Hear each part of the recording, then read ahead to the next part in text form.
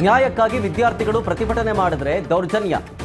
ವಿದ್ಯಾರ್ಥಿಗಳ ಪ್ರೊಟೆಸ್ಟ್ ಸಂದರ್ಭದಲ್ಲಿ ಪೆಲೆಟ್ ಗನ್ಗಳ ಬಳಕೆ ಮಾಡಿದ್ದಕ್ಕೆ ಕಿಡಿಕಾರಲಾಗ್ತಾ ಇದೆ. ಅಮಿತ್ ಶಾ ವಿರುದ್ಧ ಸಂಸತ್ ಉಭಯ ಕಲಾಪದಲ್ಲೂ ಆಕ್ರೋಶ, ಲೋಕಸಭೆಯಲ್ಲೂ ರಾಜ್ಯಸಭೆಯಲ್ಲೂ ಆಕ್ರೋಶ.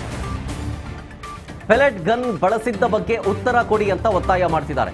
ಗೃಹ ಸಚಿವ ಅಮಿತ್ ಶಾ ಅವರು ಉತ್ತರವನ್ನ ಇದ್ರ ಬಗ್ಗೆ ಕೊಡಲೇಬೇಕು ಅಂತ ಪಟ್ಟು ಹಿಡಿದು ಕೂತಿದ್ದಾರೆ ರಾಜ್ಯಸಭೆಯಲ್ಲಿ ಮತ್ತು ಲೋಕಸಭೆಯಲ್ಲಿ. ಒಂದು ಕಡೆ ಬಿಲ್ ಮಂಡನೆ ಆಗ್ತಾ ಇದ್ದಂತೆ ಸದ್ದು ಗದ್ದಲ.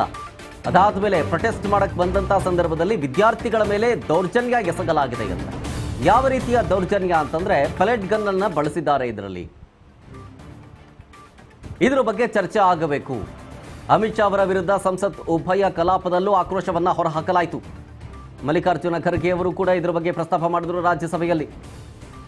ಪೆಲೆಟ್ ಗನ್ಗಳನ್ನ ಬಳಸಿದಿರಲ್ಲ, ಅದಕ್ಕೆ ಉತ್ತರ ಕೊಡಿ.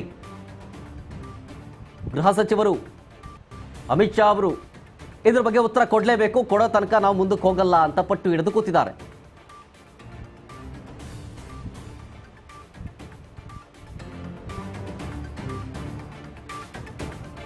ಒಂದು ಕಡೆ ಪರೀಕ್ಷಾ ಅಕ್ರಮದ ವಿಚಾರಕ್ಕೆ ಸಂಬಂಧಪಟ್ಟಂತ ಕಠಿಣ ಕಾನೂನು ತರೋ ವಿಚಾರ ಸಂಬಂಧ ಬಿಲ್ ಕೂಡ ಪಾಸ್ ಆಗಿದೆ.